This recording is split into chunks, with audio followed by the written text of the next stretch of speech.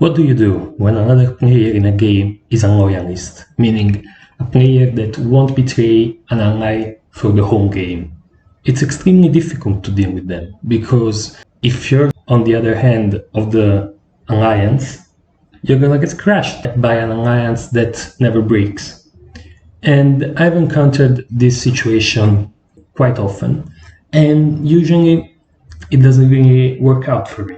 It works out for the person that is allied to the loyalist, because they can grow without worrying for the whole game, and then they can stab their friendly Care Bear and take the win. And it does somewhat work out for the people that aren't directly bordering this alliance. For example, let's say, random example, that Italy was the Care Bear in this game. Well, England and Germany would have an easier, and Russia would have an easier time than, let's say, France, if Italy has chosen never to betray Austria, because after Turkey is done, France will be the one attacked by Italy, and while Austria does whatever they want, England and Germany can crush France, for example. Of course, strong players can counter this, but it's not so easy. So this is what happened this game. This was a blitz game, official name blitz 32, and in this game you have 5 minutes to communicate with other players and decide which moves to make.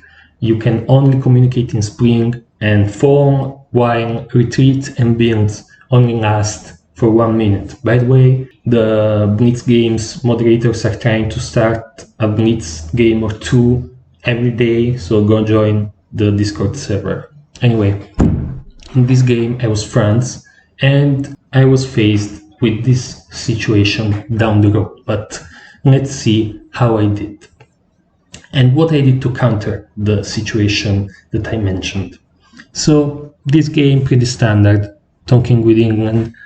I tried to negotiate a DMZ in the English channel, and they promptly agreed. And as you can see, in 1901, they already betrayed my trust, but of course, we're thinking about what happened before the first move. So we negotiated a DMZ in English channel, and with Germany, he asked for a DMZ in Burgundy. Unlike the DMZ in the English channel, I do like when I'm France to move to Burgundy. I prefer it to move to Picardy like I did in this game, but I didn't want to alienate Germany, so after they asked it, I decided, a split-second decision, to change my order and to say, what the hell, okay, and I moved to Picardy. And I think this was a smart move that built trust with Germany, and after England attacked me in 1901, Germany had a better incentive to side with me rather than England. If I had moved to Burgundy when Germany had asked me not to do so, I would have probably been facing an EG alliance if I had done that. So communications with Germany and England seem to be going well. Of course, England actually is going to move to English channel, so not so well with England, but with Germany is okay. And with Italy, I'm going to DMZ the usual areas in Piedmont, Leon, Western Med, and North Africa. I'm also talking with Russia. He says he's gonna open south, which is okay, but I'm also hoping that he will focus his units a little bit on England and or Germany and dump me out. And maybe there can be some cooperation between me and Russia in the future. So after orders processed, the first thing I notice is that England is in English channel, so they violated the DMZ. They actually did the most aggressive opening that England can do against France, moving Liverpool to Wales. And yeah, so I'm worried. I'm talking with England about this lie that they already told me, and they are blaming the Germans and the Russians. They're saying that Germany and Russia insisted they did this move. I don't know if I believe them. At the moment, I didn't, because I don't think that Russia would do that. Germany, for sure. Germany. If I'm Germany, I'm trying to convince England to open to English channel. But Russia has an incentive to see England go against France only because that way England isn't going against Russia, for sure. But on the other hand, Russia has a way better incentive to work with England against Germany if England can be convinced to do so. It's actually the England-Russia alliance, a pretty strong alliance against Germany if they can manage to pull it off, but usually it's very difficult to convince either partner to agree. So they're blaming Russia and Germany, and I don't know if I believe them. Later in the game, I will report to Germany and Russia. Actually, not later. Just now, I'm reporting to Germany and Russia that England is blaming them, because this established some rapport with them, and in this way, I'm just saying, England is bad-mouthing you already. And if it's true that they encouraged England to move like that, they won't appreciate England telling me. And if it's not true, they will appreciate it even less and be more, likely to work with me instead of England. So I'm trying to find a way to convince Germany to help me out. I say, Germany, take Belgium, don't worry, I'm gonna protect Brest.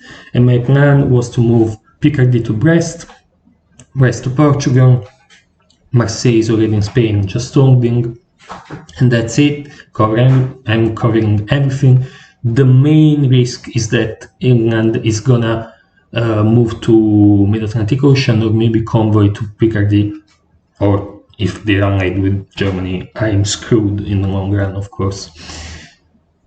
But at the last possible moment, I change my orders. I say it's ride or die, whatever, and I'm moving Picardy to Burgundy, suspecting that maybe Germany and England are allied and Germany could try to sneak into Burgundy, but also because I don't want to move into Brest, because I want to have Brest open just in case England doesn't try to take it, so I can build two fleets in Brest and Marseille to better counter England. Of course, moving to Burgundy is technically a violation of the DMZ in Burgundy with Germany, but I don't think they mind too much. So let's see how that works.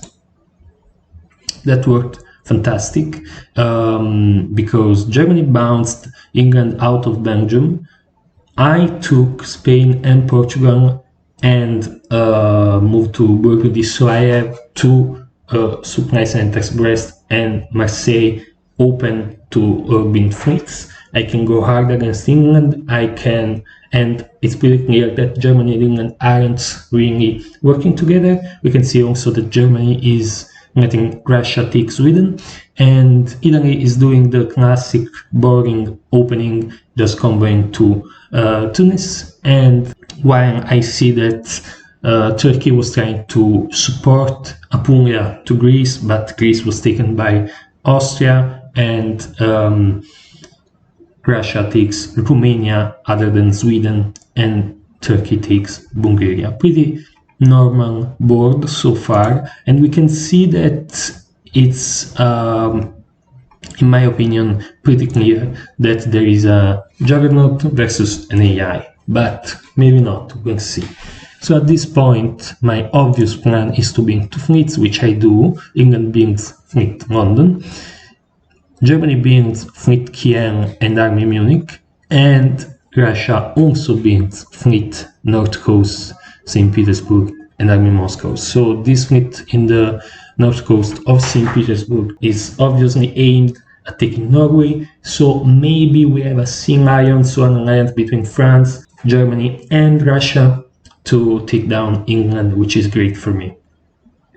I'm encouraging at this point Germany to move Kiel to an England bite. I don't want Germany to go for Sweden because I want to work with him and Russia to take down England. And at the same time, England is telling me that Germany and Russia have betrayed him. They first convinced them to go against me just to turn against him, which is possible. At this point, I cannot believe him. But anyway, in 1901, they decided to move to English Channel, and they have antagonized me a lot. So I'm gonna continue attacking him, at least until it's convenient for me. So I support Germany and Belgium. Russia takes Norway.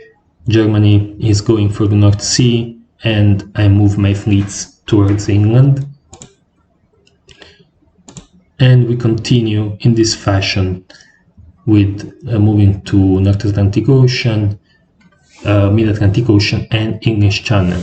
So at this point, it's a pretty easy situation against England because it is 3 versus 1, and England is pretty mad at Germany and Russia, is trying to convince me to spare him in some way, to work with him, but I actually said to him that I didn't see a real way to work with him at this point. And I asked him, do you see a way? Because if you see it, tell me and we can try to do something together.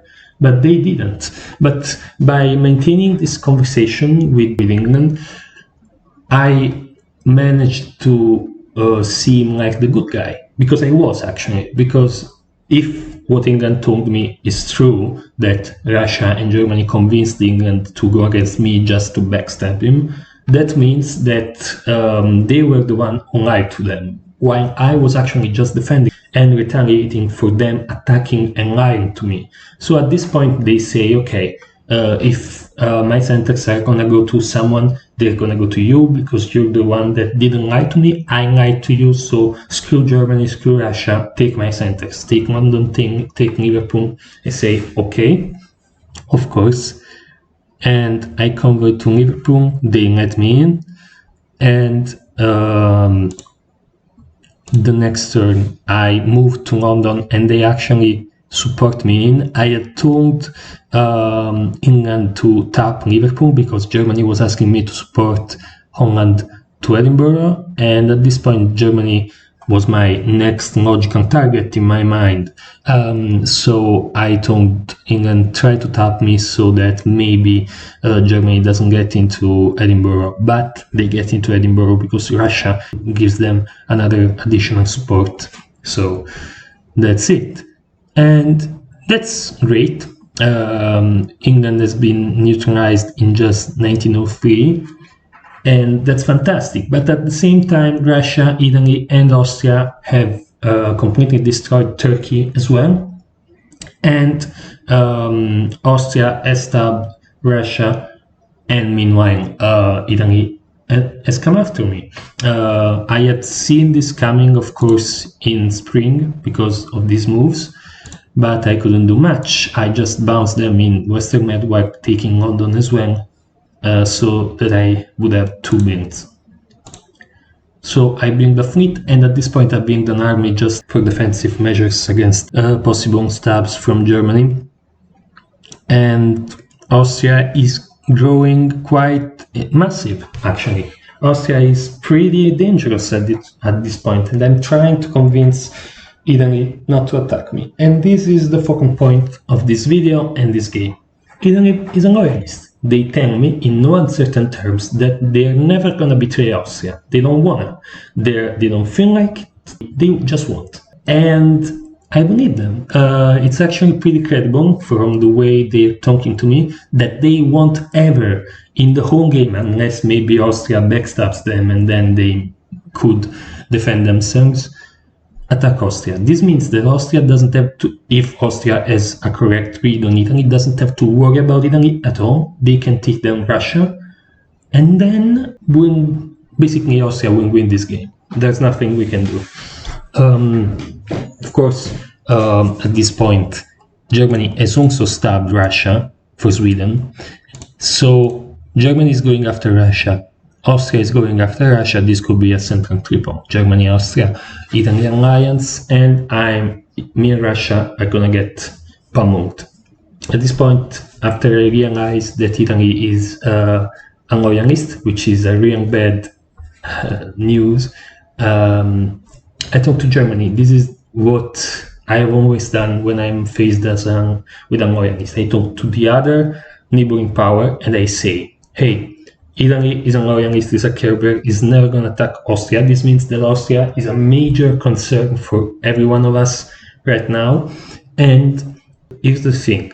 Since you seem more capable at this game than Italy, and Italy is screwing me over, if you don't attack me, I will let you win this game because this game is a time limit. It ends automatically in 1908, so that means that whoever has the most centers in 1908 has topped the board. Is extremely unusual to have a solo in this kind of games. I'm gonna say to Germany, I know that you have more potential growth than me. Go against Russia, go against Austria. I will lamp you, I won't ever stab you if you don't stab me. But if you stab me, I will let Italy take my centers and then Austria will win. Germany says, yeah, alright, I completely agree with you. I'm not gonna attack you ever in this game because of this situation. Not because Germany is a loyalist, but because he sees the reasoning behind it and he agrees. So I start defending from Italy. And the next turns are just that. Me and Germany have our agreement. He knows that if he stabs me, I will throw, or at least Italy will get the spoils from France and not him. And at the same time, he knows that if he doesn't stab me, I will defend from Italy. I won't grow, he will grow. And also, he needs to deal with Austria.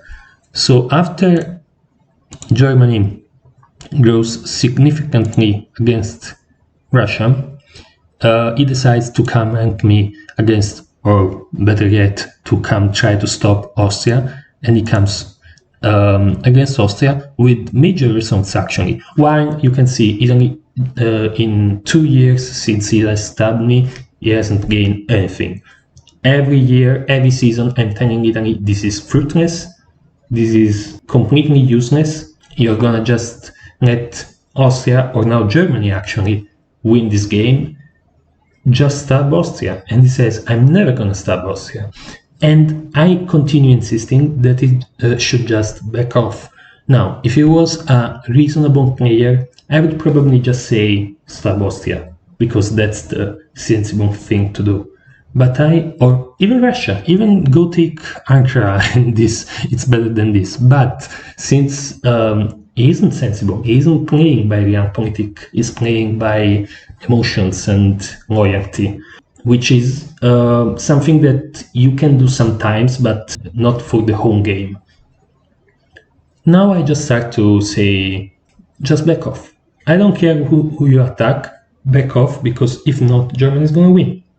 Because at this point, even Austria, which is a better player than Italy, starts telling me, okay, Germany seems is going to win this game. And I say, yeah, Germany is going to win this game. And Austria starts asking, are you going to stab Germany? And I say, no, why should I? I'm defending from Italy. Tell Italy to go back. So I enrolled Austria. The real reason why Italy was attacking me, because they didn't want to attack Austria, to convince them to stop attacking me. And they probably did, even though I can know for sure. And Italy finally says, okay, if I go back, initially they said, attack Germany and then go back. And I said, no, you go back and I attack Germany. Not the other way around. So they wanted me to attack Germany while they were attacking me, which is crazy. And they said, okay, I will move back and you attack Germany. I said, yeah. And so in fall 1905, they start to move back. It's not a really convincing move back. They move Piedmont and Western Med, but Lyon, they leave it here, and Tunis, they leave it here. This is not what I want to see. This is not a way to do anything. But I understood this kind of player. He doesn't understand the intricacies behind this. So yeah, at this point, even though I was still defending / attacking Italy, and Germany has a good reason to think that I will continue, for some reason Germany wasn't suspicious of Italy backing off. Maybe they were just trusting me too much at this point. They were too focused on this side of the board. But what happened was that in 1906, I went back with almost all my units. Italy starts bouncing in Western Med and goes to Piedmont. And I go to Burgundy, Paris, Picardy. Germany accused me of doing a bad stab because he says that this is a 0 dot stab, but it's not.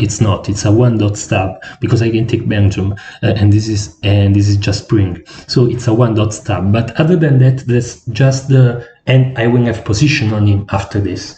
There's also another reason why it's a good move.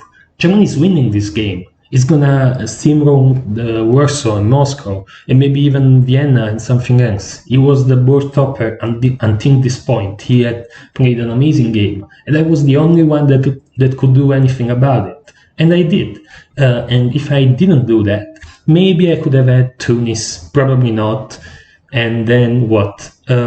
Just be second, third, fourth place in this game. This way, I'm trying to go to first place. It's the only sensible move. So basically, Germany never attacking me now brings me to attack Germany. It's a cruel game. So I take Belgium. And they advance against Germany. I bring an army in Marseille, and Italy asks, why Marseille? Which is amazing, just amazing that he asked why Marseille, because you have fleets in Tuscany and Tunis, whatever. And I continue attacking Germany. I lose Belgium momentarily, but I gain Munich and Edinburgh, and I regain Belgium. And at this point, I'm the board topper, and Germany was complaining about this because he says, okay, Germany is the board topper, so you decide to make France the board topper. He is quite justifiably frustrated, but the game will go on after this fashion, with me doing one move that I regret, not covering Paris in the last turn and losing Paris when gaining Kiel, Holland. So, and at the same time, Italy was asking me, can I take Marseille or Spain? They never tried to attack Austria the whole game, even though it was their only chance. The game was ending. I was telling them to do so, and I said, okay, come take Marseille. And they said, can I take also Spain? Yeah, come take also Spain. And of course, I defended them as best as I could, and they didn't take them. This game was actually topped by Austria. Austria in the last turn took Moscow, Constantinople, Venice. So they stole 2 centers from Italy, and they ended up with 12 centers. I'm only with 10, and then we have third place Germany, then Italy with 5, and England, Turkey and Russia eliminated with 0. But even though I didn't reach first place, I came close to it, and it's pretty obvious that Austria had an advantage on me because, Italy never was going to attack them. I never had this advantage. But now let's read a little bit of my press with Italy, just to realize how I did it. If whatever I said to Italy can become helpful to you. So this is in 1901 when we DMZ Piedmont, and this is when in 1902 I built a fleet in Marseille, and they asking me why did I bring the fleet in Marseille. But it's reasonable to ask, even though England was clearly attacking me at this point. And in autumn 1903 I said, coming for me, too bad, sorry, just that. In 1904 I said, keep it up and I'll give my centers to Germany, so threatening to throw. When Germany wins anyway if we keep fighting. I'm just defending myself. Go back and stab Austria and I won't attack you. You don't have to stab Austria, but you gotta go back. So basically this is ludicrous, but it always happens.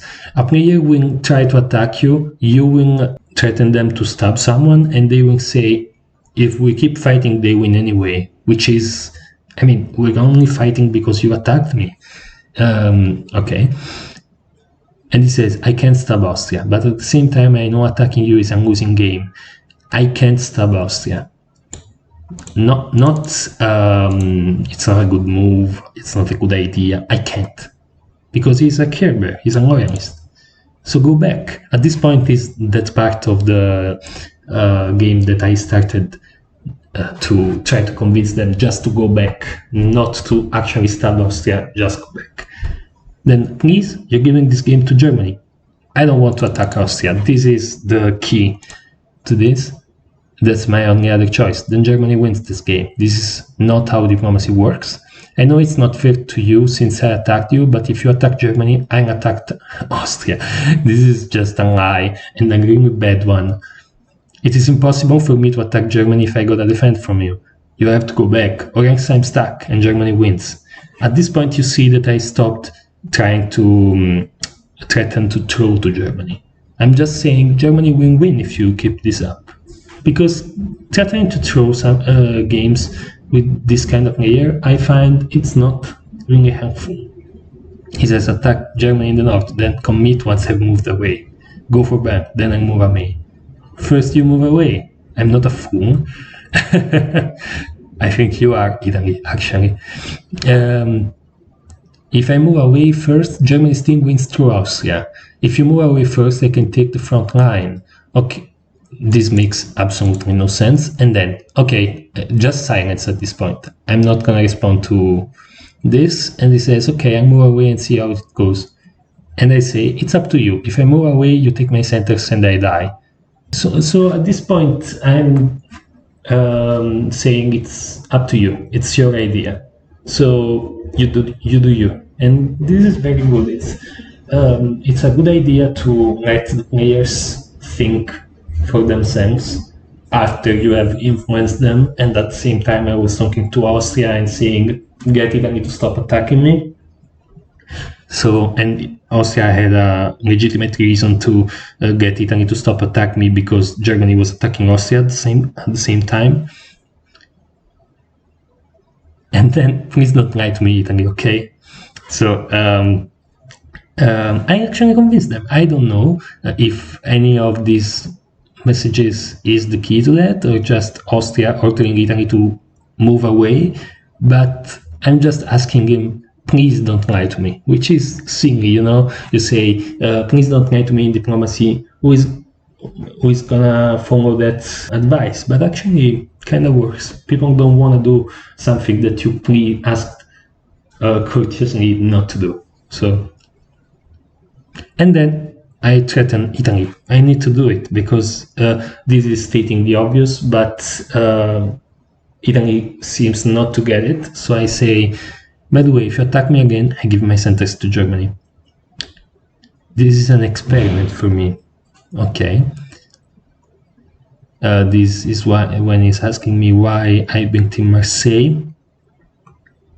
And I was just checking on Italy all the time. Still good here? Just checking in on you. Yep, still good.